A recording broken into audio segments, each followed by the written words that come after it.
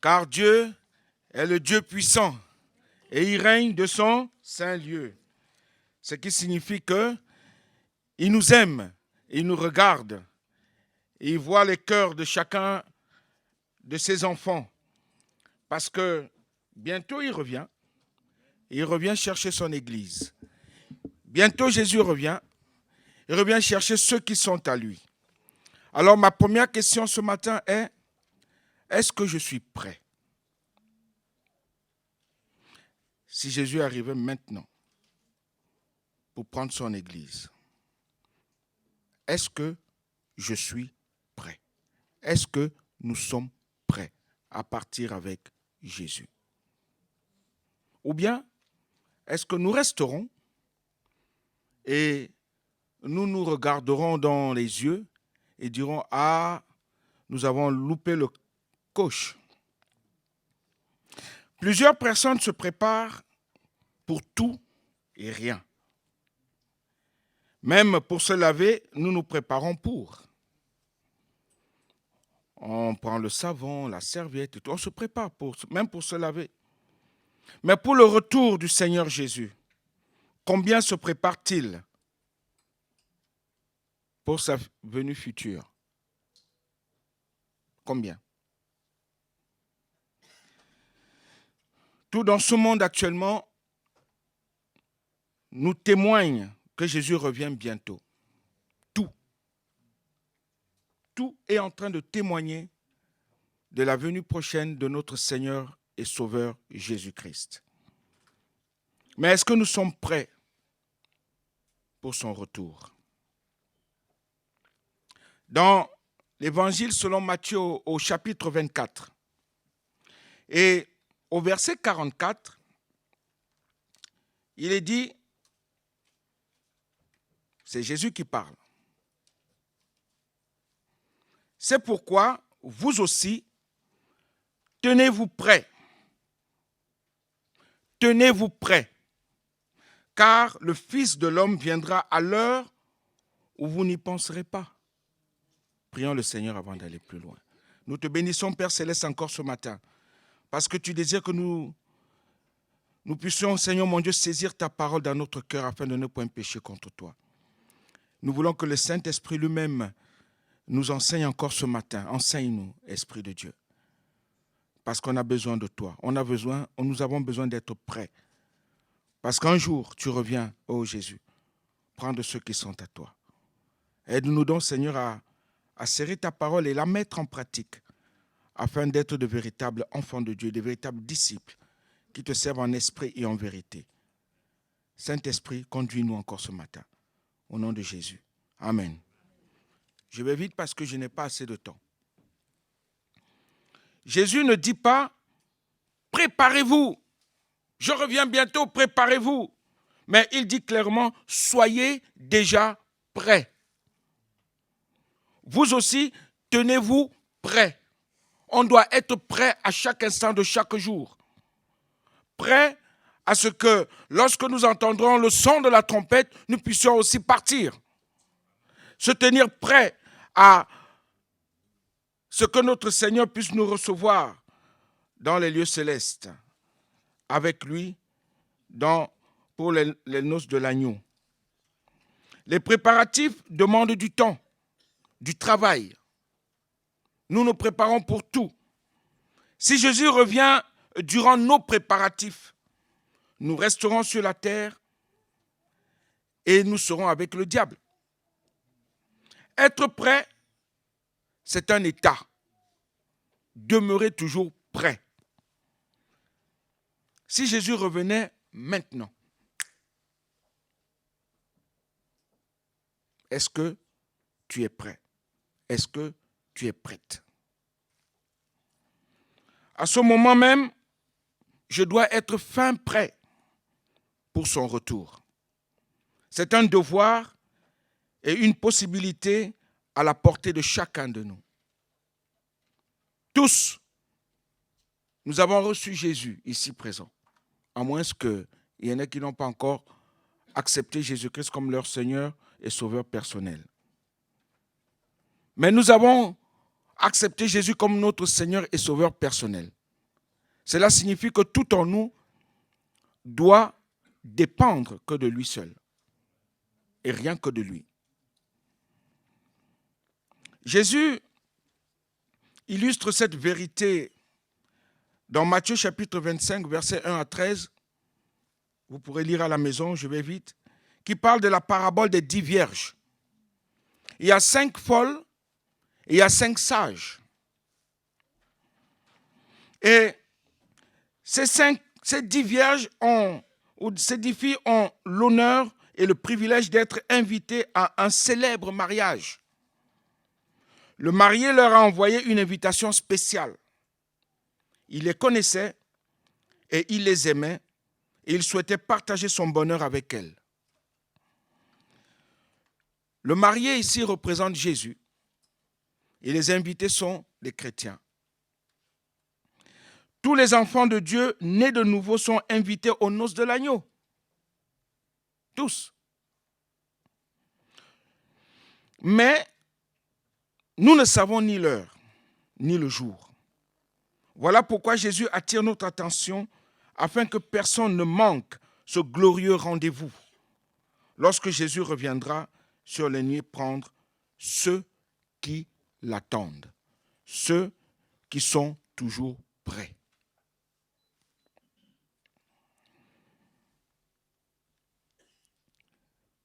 Comme vous le voyez, certains sont vraiment imprudents. Ils vont manquer ce rendez-vous. Que faire pour ne pas manquer à ce rendez-vous? Que faire pour ne pas le manquer? Qui sont les 10 vierges? C'est nous. Il y a ceux qui se préparent chaque jour, ceux qui ont les lampes et qui ont l'huile. C'est ce que parle le chapitre 25 de Matthieu. Elles étaient 10. Il y en a 5 qui avaient des lampes, mais avec de l'huile en réserve. Il y avait 5 autres qui avaient des lampes, mais pas de l'huile en réserve. Le mot vierge est traduit par jeune fille dans certaines traductions. Folle est traduit dans d'autres traductions insensée. Insensée. C'est-à-dire des chrétiens manquant de bon sens. Des chrétiens manquant de bon sens. Sage est traduit par avisé dans une version. Des personnes prudentes, averties, vigilantes, selon la parole de Dieu. Nul n'est intelligent, nous dit la parole de Dieu, et parce que nul ne cherche Dieu. Certaines personnes pensent que la folie, c'est faire de grosses bêtises. Mais la folie, selon la Bible, selon la parole de Dieu, c'est de ne pas chercher Dieu, de ne pas chercher sa volonté, de ne pas chercher sa pensée pour nous. La folie, c'est de ne pas se nourrir, c'est de ne pas nourrir son âme par la parole de Dieu. La folie, c'est de ne pas prendre le temps chaque jour pour rencontrer le Seigneur dans la prière. C'est ça la folie. Est-ce que nous prions assez? Est-ce que nous recherchons la face de Dieu chaque jour, qui que nous soyons? Que nous ayons des années ou des mois ou des semaines de conversion. Est-ce que nous avons le désir, l'envie de Dieu chaque jour dans nos vies? Quelles sont nos préoccupations? Ou qu'est-ce qui nous empêche de pouvoir réellement entrer dans la présence de Dieu chaque jour? La question que nous pourrons aussi nous poser ce matin est: que pense Dieu de moi? Et vous pourrez vous poser cette question. Seigneur, que penses-tu de moi, de ma vie et de ma conduite? Est-ce que je prends du temps pour prier, pour méditer la parole de Dieu, ou je prends plus du temps devant la télévision, devant des choses qui n'ont ni queue ni tête? Ou je prends du temps à mentir ou à voler ou à murmurer ou à critiquer ou à jalouser ou à faire toutes ces choses qui ne glorifient pas Dieu. La lampe est la réserve d'huile. La lampe, c'est bien la parole de Dieu qui est une lampe pour nous, qui nous éclaire et qui éclaire nos cœurs et nos pensées chaque jour. Avoir la conscience, avoir la connaissance de son retour, connaître la parole de Dieu est insuffisant. Ta parole est une lampe à mes pieds, une lumière sur mon sentier, nous dit le psaume 119, verset 105. La parole de Dieu est une lampe et surtout une lumière qui nous éclaire à ce que nous comprenions ces choses. Jésus revient bientôt. Est-ce que nous sommes prêts? Est-ce que l'Église est prête? Est-ce que nos enfants sont prêts? Est-ce que nos parents sont prêts? Est-ce que nous-mêmes, nous sommes prêts à partir? Est-ce que nous partirons avec lui? La question est là. Dieu attend des chrétiens engagés à 100%. Dieu ne veut pas des chrétiens à 50%. Il dit dans Apocalypse chapitre 3, si tu es tiède, je te vomirai de ma bouche. Il va trop loin le Seigneur. Si tu es tiède, je te vomirai de ma bouche. Et toujours dans Apocalypse au chapitre 2, versets 4 et 5, il dit un fait vraiment gravissime pour un chrétien. Il dit, tu as abandonné ton premier amour. Tu as abandonné ton premier amour. Il dit, souviens-toi et repens-toi. Nous n'arrivons plus à nous humilier devant Dieu. Parce que nous désirons que Dieu fasse comme nous désirons qu'il fasse pour nous. Et nous ne voulons plus faire comme Dieu, lui, désire pour nous de faire, pour sa gloire. 50% ne suffit pas.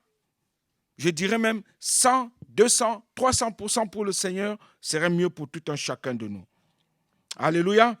Alléluia. Et oui, repens-toi, sinon j'ôterai le chandelier, j'ôterai la lampe, j'ôterai cette parole devant toi. Et cette parole qui t'éclaire, je l'ôterai devant toi. Et tu ne pourras plus vraiment faire comme moi je te demande de faire. Et là, tu seras livré à toi-même. Dieu nous a laissé sa parole afin que nous la mettions en pratique. Quand Dieu dit « aime ton prochain comme toi-même », c'est un fait. C'est quelque chose qui doit être fait. On doit s'aimer les uns les autres. Mais quand tu as de la haine, quand tu as du mépris, crois-tu que tu vas aller au ciel? Même si tu pries plus que tout le monde, même si tu prophétises plus que tout le monde. 1 Corinthiens nous le dit, 1 Corinthiens 13.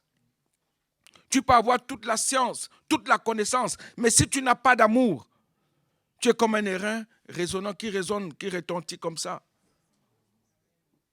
Dieu dit, aimez-vous les uns les autres comme moi je vous ai aimé. Il dit, aime-moi de tout ton cœur, de toute ton âme, de toute ta force, de toute ta pensée.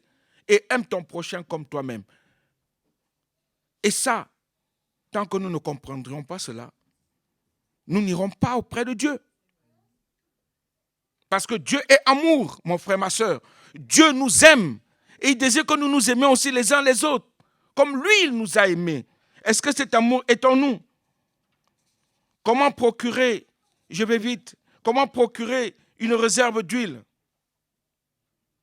La grosse erreur des vierges folles, elles vont vers les sages. Elles disent, donnez-nous de votre huile. Donnez-nous de votre huile. Ce n'est pas un homme, ni même une église, ni une dénomination qui peut donner l'huile nécessaire. Il y a eu des hommes remplis de Dieu dans des temps difficiles et stériles. On peut prendre Élie ou Daniel et ses amis. Ils savaient se tenir devant Dieu en priant 3 fois par jour et même plus. Ce qu'il faut apprendre, c'est qu'il y a un prix à payer. Il y a un prix à payer pour suivre Jésus. Ils disent, dans Marc 8, 34, qu'il se charge de sa croix et qu'il me suive. Est-ce que chaque jour nous nous chargeons de notre croix et suivre Jésus? Tu peux venir à l'église et avoir des pensées ailleurs. Le pasteur peut être avec toi chaque jour. Tu peux l'écouter. Il peut te pouponner même. Nous pouvons en rire. Mais si dans ta vie, tu n'as pas payé le prix, le pasteur partira et toi tu resteras.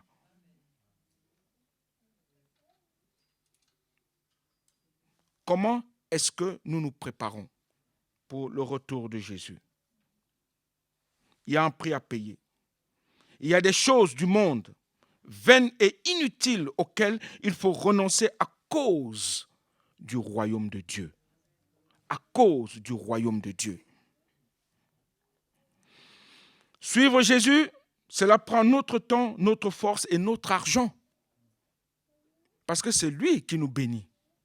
Et on doit se donner entièrement. Achetez-en pour vous, dit les sages. Il faut un prix pour entretenir sa vie spirituelle. Je dois entretenir ma vie spirituelle chaque jour. Combien d'entre nous ont pris du temps pour prier ce matin avant d'arriver ici? Combien? Ou bien nous nous sommes occupés? Je ne demande pas les doigts. Non. Chacun se reconnaît. Chacun se reconnaît, y compris moi-même. Chacun se reconnaît. Combien de temps?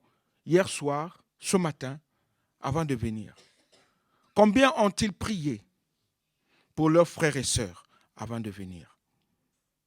Combien ont-ils pleuré les uns pour les autres pour que Dieu bénisse? Combien? Il y a un prix à payer. Pourquoi tant de haine? Pourquoi tant de mépris? Jésus revient bientôt. Est-ce que nous sommes prêts? Es-tu prêt? Es-tu prête à partir avec lui? Je vais couper court parce que le temps file. Je vais plus loin. Cinquièmement, il y a un avertissement pour tous. Marc chapitre 13, versets 33 et 37. Il dit, prenez garde, veillez et priez. Prenez garde. Prenez garde. Veillez, et priez. Il dit, ce que je vous dis, je le dis à tous, au verset 37. Veillez. Veillez. Et Jésus insiste là-dessus. Veillez. Sur quoi? Sur les signes des temps? Sur l'apostasie? Sur l'accomplissement de sa parole? Bien sûr. Mais surtout et avant tout, sur nous-mêmes. Sur notre lampe. Sur notre réserve d'huile. Sur notre amour pour lui. Sur notre amour pour notre prochain. Sur notre consécration. Sur notre propre marche avec Dieu. Les vierges folles n'ont pas veillé sur leur lampe et sur la réserve d'huile. Lorsque nous nous convertissons, il y a 2 buts prévus par le Seigneur dans notre conversion. Convertir en abandonnant les idoles pour servir le Dieu vivant et vrai et pour attendre des cieux son Fils qui doit revenir. 1 Thessaloniciens chapitre 1, versets 9 et 10. Et les 2 buts de notre nouvelle vie avec Dieu, c'est le servir et attendre son retour. Si vous ne servez pas Dieu, vous aurez tendance à vous endormir. Et beaucoup dorment dans l'église. Je vais terminer en parlant du plus grand drame à venir dans le monde. Le plus grand drame que puisse vivre une créature humaine est à venir. Ce drame, c'est entendre Jésus te dire, au moment de son retour, je ne vous connais pas. Comme il a dit aux vierges folles. Je ne vous connais pas. Hélas, il n'y a pas de rattrapage. Ça n'existe pas. Et ça n'existera pas. Ou de seconde chance à ce jour-là. Nous vivons le temps de la grâce de Dieu.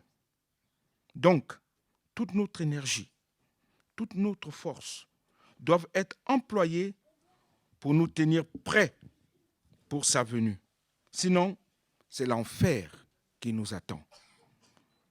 Notre passé n'est pas suffisant.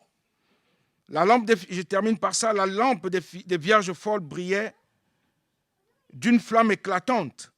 Mais à présent, au moment de la venue du Fils, la flamme est en train de s'éteindre. Voici l'époux, mais il n'y a plus de lumière. Et pourtant, au début, ils étaient flamboyants. Frère, où est ton premier amour pour Jésus? Est-ce qu'il est encore flamboyant? On ne vit pas dans le passé. Ah, pasteur, quand tu te souviens quand je prêchais ou quand je priais? C'est pas ça. Seigneur, tu vois ce que je suis aujourd'hui avec toi et j'avance avec toi. Qu'advienne que pourra, Seigneur, je te demeure fidèle comme toi tu es fidèle. Le Seigneur a tout prévu pour nous aider à être prêts pour son retour. Joël, le prophète Joël dit au chapitre 2, verset 1 et verset 28, il dit, le jour de l'Éternel vient et il est proche. Et il va plus loin, verset 28, je répandrai mon esprit sur toute chair.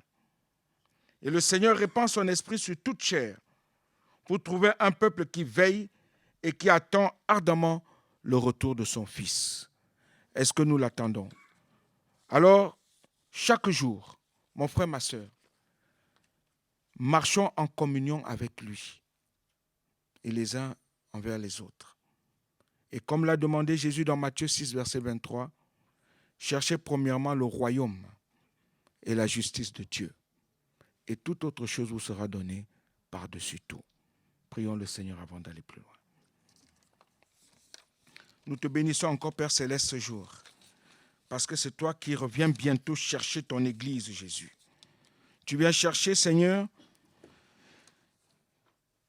ceux qui demeurent fermes et qui veillent et qui prient et qui recherchent ta face chaque jour. Et ce matin, je veux lancer l'appel. Je ne vous demande pas de vous avancer. Si vous savez que vous avez besoin d'avancer avec notre Seigneur, si vous savez que votre lumière est en train de s'éteindre et vous avez besoin d'entretenir votre lumière et d'avoir de la réserve, si vous savez que vous avez besoin de Jésus-Christ chaque jour, je vous invite à vous lever dans votre place. Pendant que nous avons les têtes baissées, on va prier avec vous. Je vous demande de vous lever. Ne regardez ni à gauche ni à droite. C'est personnel. Parce que si Jésus revient maintenant, es-tu prêt à partir? Ou bien tu vas rester? Tu as besoin de prière. Je t'invite à te lever. Amen. Amen. Il y a quelques... Amen. Il y a des personnes. Amen, amen, Seigneur. Merci. Merci. Je parle aux enfants. Je parle aux ados. Je parle aux jeunes. Je parle aux papas, aux mamans. Je parle aux jeunes gens, aux jeunes filles. Es-tu prêt? Es-tu prête? Qui que tu sois. C'est devant Dieu, ce n'est pas devant moi que tu te lèves ce matin. C'est devant Dieu, ce n'est pas devant moi. Père, je prie pour tous ceux qui se sont levés. Que tu leur accordes, Seigneur, cette grâce de pouvoir, Seigneur mon Dieu, maintenir cette flamme, de rechercher ta face chaque instant de chaque jour, de méditer ta parole. Je crois à ton pardon. Je crois que tu es bon envers tout un chacun de nous. Alors, Seigneur, souviens-toi d'eux et fais leur grâce, Père, qu'ils puissent te demeurer fidèles comme toi tu es fidèle, sans regarder à gauche ni à droite, mais marchant et vivant en toi, par toi et pour toi seul, par ton Esprit Saint, au nom de Jésus-Christ. Amen. Amen. Merci Seigneur.